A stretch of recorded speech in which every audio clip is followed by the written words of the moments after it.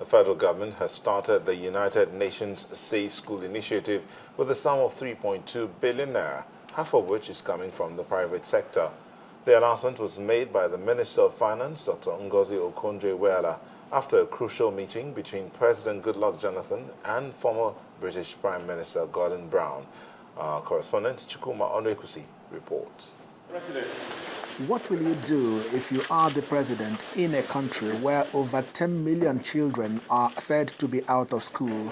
What will you do when even a few that are in school have been forcefully abducted by terrorists for the simple reason that they are seeking education? Perhaps it is in answer to these questions that President Goodluck Jonathan and members of his cabinet met with former British Prime Minister Gordon Brown. The initiative will begin with 3 states of Borno, Yobe and Adamawa, who have been worst hit by the ugly trend. Mr. President has kicked off this initiative by instructing that I open a trust fund, which has already, we put 1.6 billion naira into it. The private sector is also putting 1.6 billion naira. His Excellency Gordon Brown is going to be raising some resources. Former British Prime Minister has the backing of the United Nations and the international community on the project, which will take care of the Chibok girls when they are finally released. It is our determination as an international community to help the families feel secure about their girls and boys going to school with the hope that they will be safe. And that's why we're looking at security for the schools and how we can help the governor and how we can help the Nigerian people.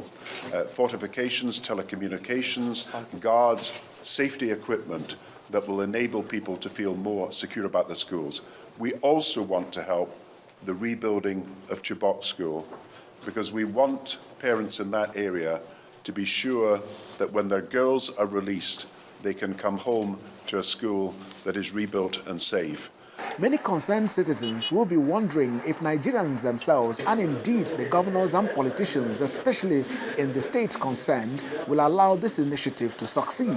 We promise to give him all the necessary cooperation to ensure that the program succeeds.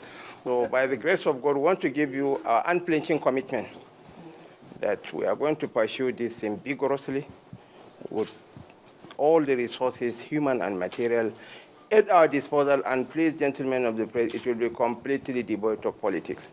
Times like this calls for sobriety, for maturity, for unity of purpose.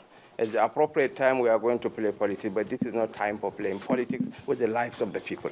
The federal government says Nigerian children must have an environment in which they can come back to school and not have anyone truncate their education.